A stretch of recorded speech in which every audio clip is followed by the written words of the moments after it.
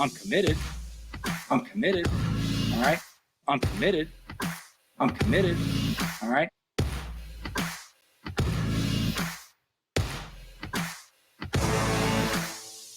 Yes, it's OGP, the One Giant Podcast with your host, Adam Armbrecht, sans fellow host, Andrew Makowitz, as of course, he continues his journey down in Florida. He'll be back end of the week, breaking down the upcoming and final game of the New York Football Giants season against the Washington football team, soon to be renamed. If we can touch on that for a minute.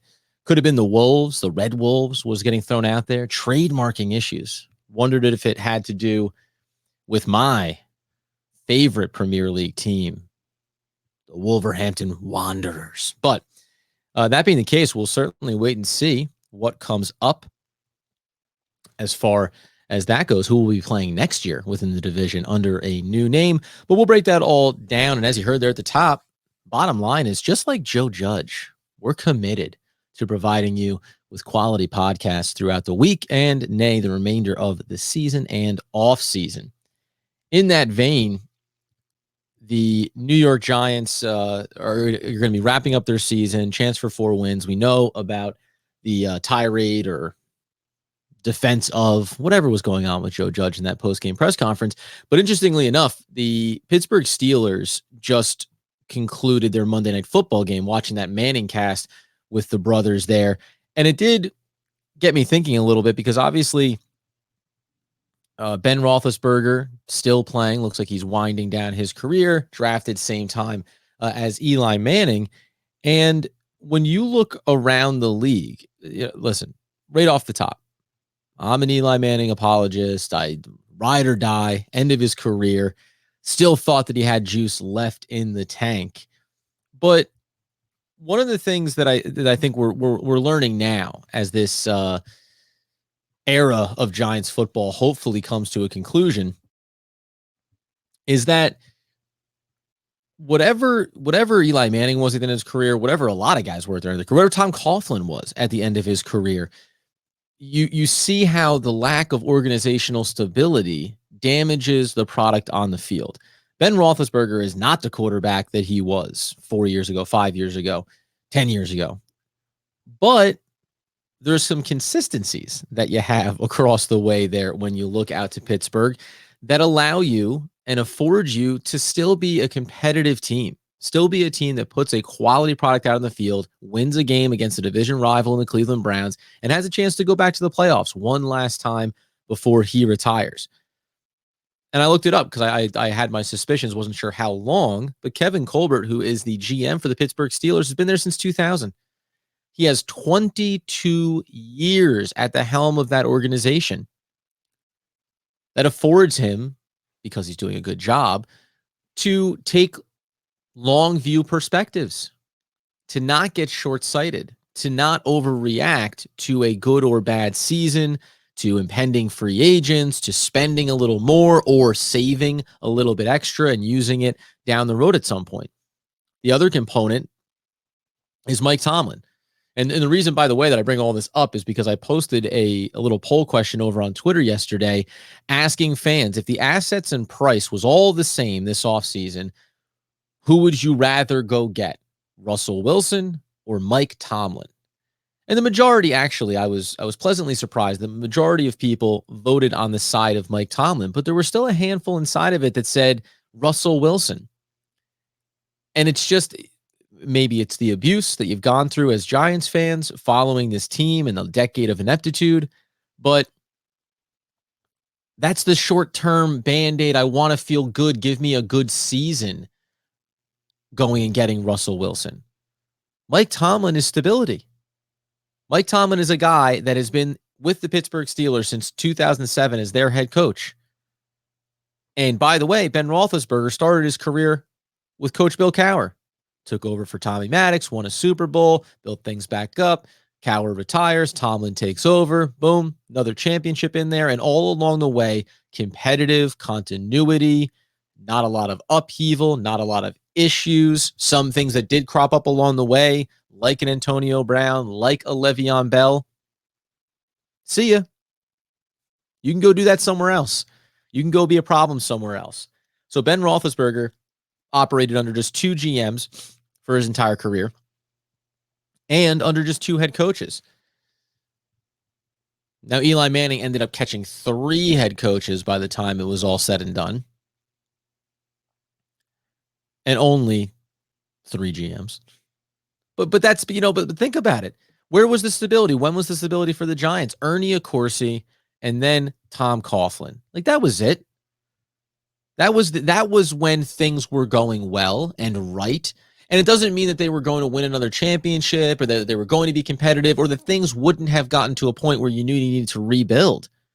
But when you take away one of the most respected voices in the NFL of Tom Coughlin and one of the most highly regarded GMs in Ernie Accorsi, yeah, things are going to go off the rails a little bit.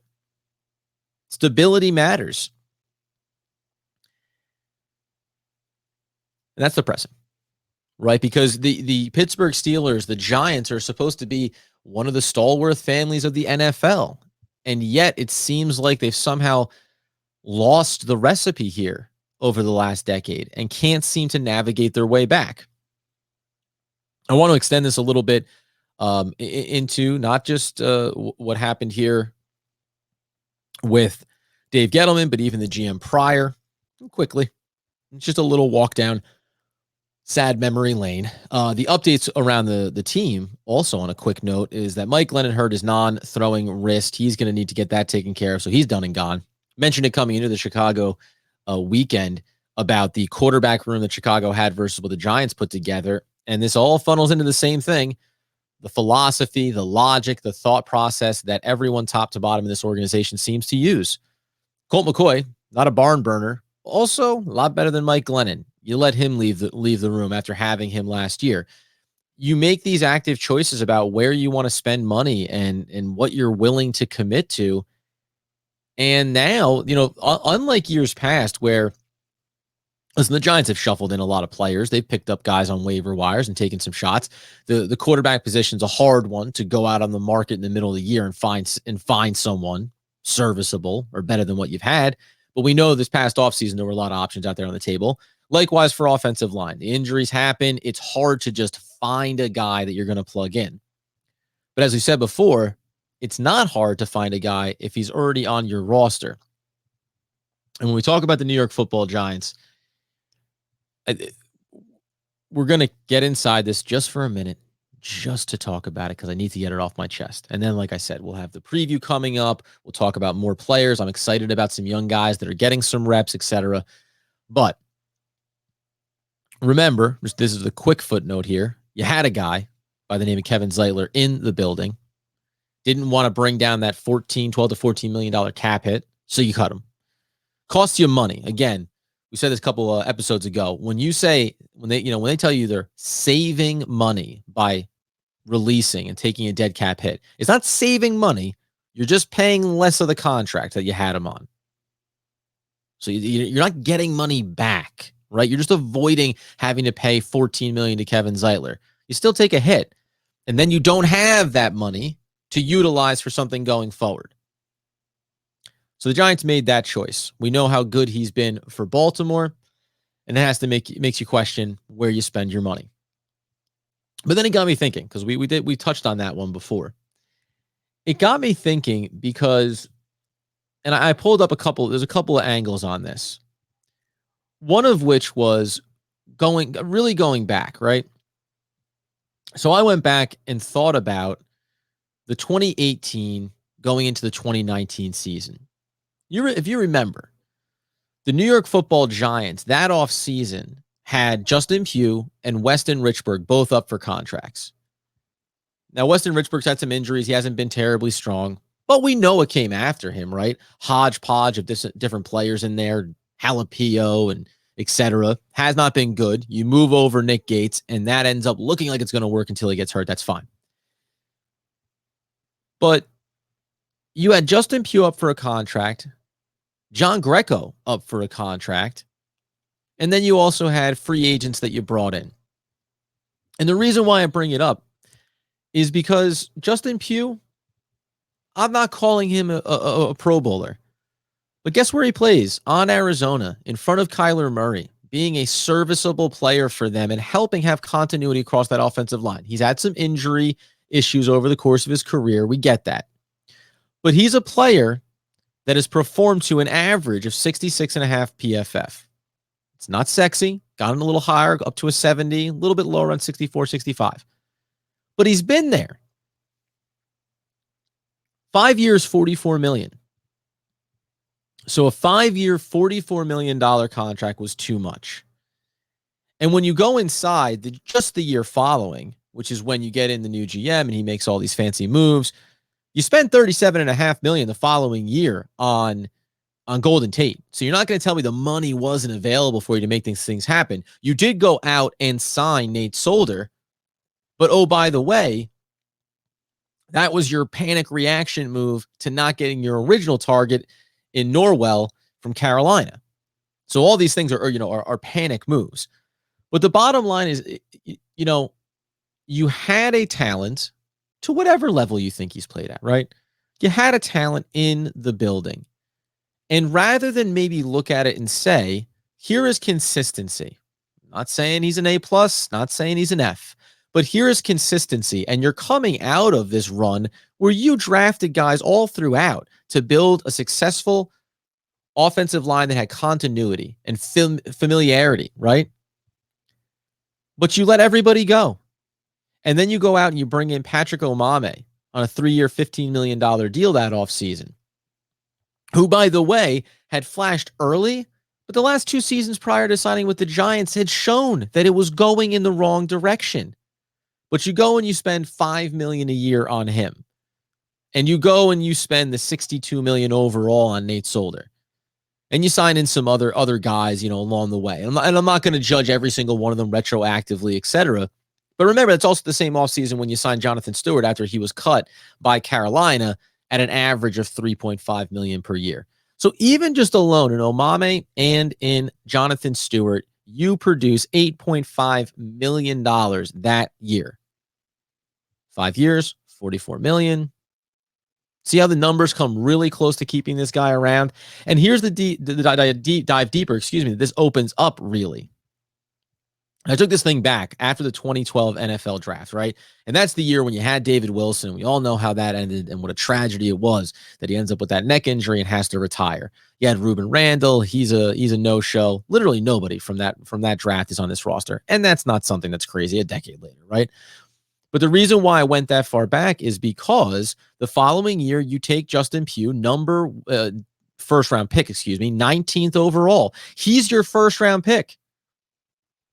So the fact that he doesn't sign a second contract with you means it's a miss. To whatever level of production he played to, it's a miss. You don't bring him back. The following year, you draft Jake Bromley in the 3rd round. That's a miss, as we all know, too. And Weston Richburg in the 2nd round does not sign a second contract. It's a miss. Odell Beckham taken in the 1st round. You technically signed him to a second contract, but ultimately traded him. So that's your top 3 picks in that draft. All misses. And by the way, the year that draft prior, Justin Pugh, Jonathan Hankins, and Moore were the top 3 rounds for the New York Football Giants. Moore, total 0. Hankins had some success. And then Justin Pugh. Fast forward again. You took Bobby Hart in the 7th round in the 2014 draft. But this is where you took Eric Flowers. Number 1 overall pick for the Giants, 9th overall in the 2015 draft. And the reason why I bring him up is, guess what? He signed a 3-year, $30 million contract with Miami. He ultimately plays for the Washington football team now. And when you look at his numbers, he's played to a 68 PFF grade. Now listen, by the time he was done with the Giants, I was done with him. But if you recall, he was drafted as an offensive guard, and the Giants insisted on moving him and making him a tackle. Now, was he 100% dedicated? Was he willing to learn, capable of learning early in his career? Maybe not. But the folly of, we're going to take this guy and turn him into, and this is all under Jerry Reese, by the way, 07 to 17, his run as GM. We're going to force a round peg into a square hole. By the way, he ends up playing a bunch of tackle over the course of his career. He ends up being a pretty serviceable offensive lineman. So now out of these drafts, you say, was it too much? A 1st round pick. It was too much to keep him around. a bust, quote unquote. It's a delicate balance. When it's not working, you got to cut ties, got to be willing to move on. Can't compound the mistake. But because, as we look around this organization, we see that they're capable of being inept no matter which way they choose to go with things, it makes you question all these moves. The Eric Flower one is a pretty easy. I remember, right? I remember the attitude I had about him at the time. I was done with him. I didn't want him there. But I also remember saying, trying to force a player to change positions when every single scout at the NFL level said when he was coming out, this is a guy that plays guard. That's what you want. Instead, they go the other way. The Pugh piece, though, that to me is it's borderline inexcusable. Because you didn't do anything else along the way to fill that void. All the free agent moves, one big target, one big miss when you went after Nate Solder. But nothing else of note. And then you let Zeitler go as well. And you followed up that draft class of 2015 with misses in the first round of Eli Apple. Obviously, we all love Sterling Shepard in the second round there. No other offensive lineman taken in 2016. 2017, you took Biz Nawadi at the back end of the draft. He turned out to be a stellar human being. Nobody here outside of Evan Ingram remains on this roster, including your second round pick, Dalvin Tomlinson. Didn't keep him around either. You kept Evan Ingram around, though. You haven't moved off of him. Following year, B.J. Hill, third round quality pick. He's not on the roster anymore. Lorenzo Carter's still here. You know he's one of my favorites. Will Hernandez. And here's a great example, by the way. And the reason that I really got into all this is because Isaiah Wilson was cut by the Giants. And so many were clamoring to give him a look, give him a chance, give him an opportunity. Now, if he's not doing it in the film room or on the practice squad, it's really easy for me to get behind the idea of, that's it. Good luck. Have fun. We tried it out. It didn't work, right? That I'm okay with.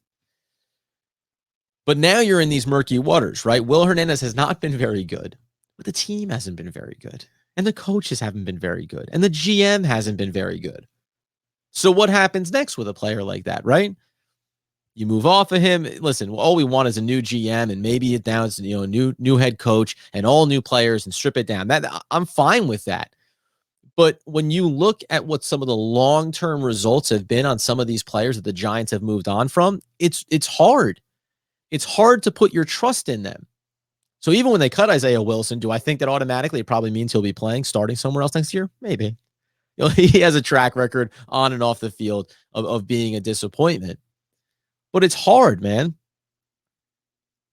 That following draft, they don't take any offensive lineman until the 7th round with Safo, and he's not on the roster anymore either. So again, this is all while the offensive line's looking like garbage in front of you. And the top picks in those drafts were obviously Daniel Jones, Dexter Lawrence, and then you moved up for DeAndre Baker. Not on the roster, had the off-the-field issues. We like Dexter Lawrence. Daniel Jones looks like he'll be done too. Past draft, we know we hit on Andrew Thomas. The next draft, excuse me. And this is where it gets interesting too. Because mostly I'm just ranting about ineptitude and about how the Giants have managed to make all the wrong choices, including maybe letting go of Tom Coughlin instead of just riding him out along with Eli Manning. What difference would it have made? You kept Jerry Reese around longer, but you got rid of your head coach that led you 2 championships, that had a very strong connection with his quarterback. And I'm not saying the results would have been better or different. But remember, you got rid of him. You promoted McAdoo. McAdoo had a good year off of Tom Coughlin's team. And then it spiraled out of control the next year. Which is something to think about. But the point is that when you look at what the Giants have done now, because now we get into it here of Kadarius Toney. The difference is about shouldn't have with some of these guys. But Kadarius Toney looks like he's electric if he's going to be on the field healthy. You like Ojulari. We like Robinson. Ellerson Smith starting to get some reps here. We think he could be good. Rodarius Williams was flashing before the injury. This could be a really solid draft class for the New York Football Giants. Year prior, Andrew Thomas, that's a hit. Xavier McKinney, he's a stud. Miss on Matt Pert. Holmes, questionable, right? The injury, etc. Shane Lemieux looked like a diamond in the rough. Key special teams contributor in Cam Thomas. Carter Coughlin was going in that direction as well prior to the injury. Tay Crowder's played a ton. A little bit out of his depth. 7th round pick. But Like, these last couple of drives haven't been terrible. But by and large, your first round pick in Daniel Jones, it's going to be a miss. Your first round pick in Saquon Barkley, it's going to be a miss ultimately, unless you force yourself to sign to a second contract to make it look better, as is your second round pick in Will Hernandez. Your first round pick, Evan Ingram, is a miss. Your second round pick, Dalvin Tomlinson, isn't on the team despite being a hit. Your first round pick, Eli Apple, is a miss. Your first round pick, Eric Flowers, was a miss in spite of the, waxing poetic about it a little bit, as was your second round pick in a lot of ways, Landon Collins. I take that back. He's a good player. Wasn't going to be brought back on another contract. He was a good player. Odell Beckham hit, not a part of the team. Weston Richburg, you'd say a miss. These are top two rounds. Justin Pugh, serviceable. Didn't live up to a first round grade maybe, but a serviceable player, not on your team. Neither is Jonathan Hankins. David Wilson, Ruben Randall. I mean, this is the point. You miss on diamonds in the rough, and you miss on guys that are supposed to be guarantees. Pick number 19 overall in the first round, Prince Amukamara. That's a miss. Marvin Austin, what happened to him? Let's go back to 2010 when he got Jason Pierre-Paul. That was nice. And Linval Joseph. How about that? When it was still just coming out of the fog of Ernie Accorsi. It's rough. And now you don't. So now this is, again, comes back to, how do we feel about what comes next for the New York Football Giants? The one thing I'm just going to throw this in here as far as Joe Judge, because I think the way that this has gone is you start with, the top. Everyone's discussed it with John Mara, but he's not going to sell the team. And you look at Dave Gettleman, you say, well, he obviously has to go, right? We have all agreed on that. Now it's about Joe Judge, and you fire. Then it was Jason Garrett, by the way. Fire him too, right? Fire some offensive coordinators. Fire everybody. But now you're zoning in on Joe Judge. And we're thinking, hey, now you're in the crosshairs, right? That don't bother me. Joe Judge says it doesn't bother him. Take him at his word, right? Why? I'm committed. All right. That's why. He's committed man, committed to the process. But now we're honing in on him. And the ineptitude of this organization makes it difficult, and I've said this before, to then objectively go and look at the roster, look at the players, look at the drafts, and try to say, well, who is it here? If Dave Gettleman's a total fool and he's out of his mind, and Joe Judge has been building his voice, can you look back at these last two drafts and say, Kadarius Toney, Ojulari, Robinson, Smith, Brightwell, Williams?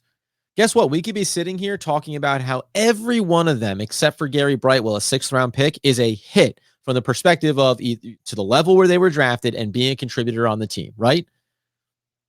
That's a completely new result for New York Football Giants draft. The year prior, again, Thomas, McKinney, Pert, Holmes, Lemieux, Brown, Coughlin, Brunson, Williamson, Crowder. Now, those are 4 7th-round picks at the back end of this thing. But out of your top 6 rounds, Brown, a special teams contributor at 6th round, that's a win. And Carter Coughlin's going to be a win by being a 7th-round selection. Lemieux comes back healthy. Holmes, McKinney. Okay, the Mrs. Matt Pert looks like. Mostly successful draft. Those are true drafts when Joe Judge has been in the building. The year prior is when things seem to be off the rails, right? Daniel Jones is probably a miss. DeAndre Baker was a disaster. Owen Shade Zimenez is a miss. Love has been serviceable. 4th rounder, fine. Connolly not on the team. Darius Slayton outkicked his draft stock, certainly. Corey Ballantyne, gone. Chris Slayton, gone, right? And again, year prior, Dave Gettleman at the helm. Saquon Barkley taken at the wrong time. Still a really great player. Fantastic. Will Hernandez, that's a miss. Lorenzo Carter, I'm calling him a hit. As a 3rd rounder. High 3rd rounder, though. Borderline late 2nd rounder. BJ Hill, not on the team. Kyle Laletta, RJ McIntosh. Like, you see what I'm saying? Like, this is the spot that I didn't think I'll get to. And I will leave you with this thought. For all that we are railing against Joe Judge in this moment, because of how inept everything is, if you believe that At the end of the day, John Mara is an owner who is capable of putting the right people in place, as he's done before in his career, right? If you think that he's capable of that, and if you think that what's been said is true,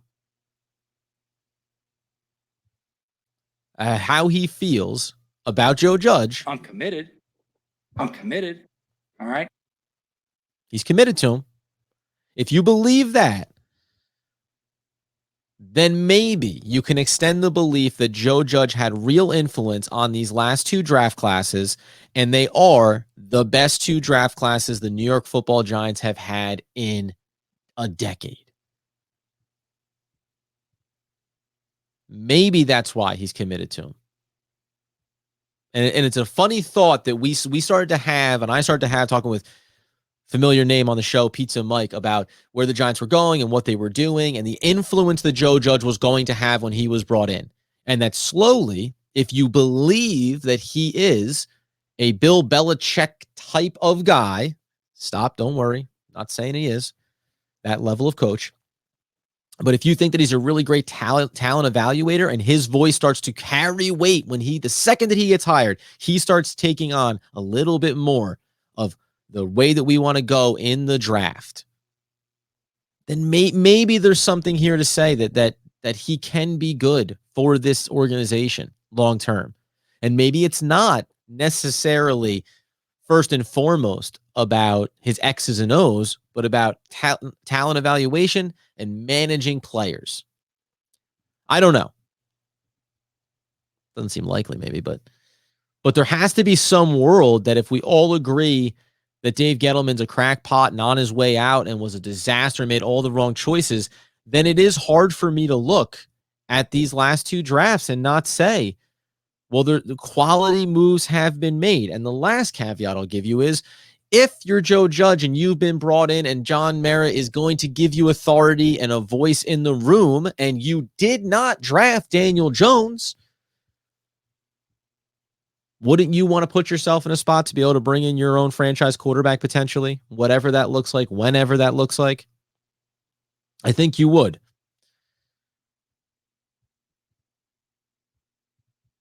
Silver linings, my friends. Trying to find them. There aren't many. But all indications are Joe Judge will be back next year. So maybe this is what we need to start to do. Look at what has happened over the last couple of seasons with him and decide whether or not we think that there are positives there that could continue to grow in the right direction. Because, again, when you do decide, let's tear it down, let's rebuild it, let's do it the right way, it's still going to be a difficult process early. That's what we all accept. So maybe Joe Judge is a victim of circumstance right now. And maybe he will be fired as a victim of circumstance. Going into next year, I'm fine with it either way, if I'm being honest. Because you can give him another year, bring in the new GM, let them control the draft, let them control free agency, let them control the roster. And if it looks better, it looks better. And if it doesn't, then you move on from him. Because guess what? The Giants aren't going to compete next year either. So you're not losing anything. Same reason why I say, even if I don't think that Daniel Jones is the franchise quarterback anymore at this point, I still keep him around next year. I just don't sign up. I just don't sign up for the 5th year, and I don't give him an extension. I let him play it out. If he blows our socks off, great, big contract. We have a franchise quarterback. If he doesn't, we move on. We're 1 year away from confirming or denying a couple extra components of this rebuild. That's it. That's the rant. Be back in on Friday with Andy, talking all things New York Football Giants. We'll take a look at the matchup. We'll talk about some of these young guys. I highlighted a lot of these draft selections over the last 2 years, some of which have been out there, like Aaron Robinson, Ellerson Smith starting to get some reps as well. Would love to be able to see one more look at, a Kadarius Toney here before the season ends. Listen, proof seems to be in the pudding that Brightwell hasn't sniffed the field at all, but wouldn't hate if I saw some of him. Take a look at some of those young guys, though, right? Xavier McKinney, box checked. Shame that we didn't get to see more Shane Lemieux this year. We'll break it all down. We'll highlight some of the young guys to watch for. but mostly for me. I'm committed. All right. You know what I mean? I'm committed.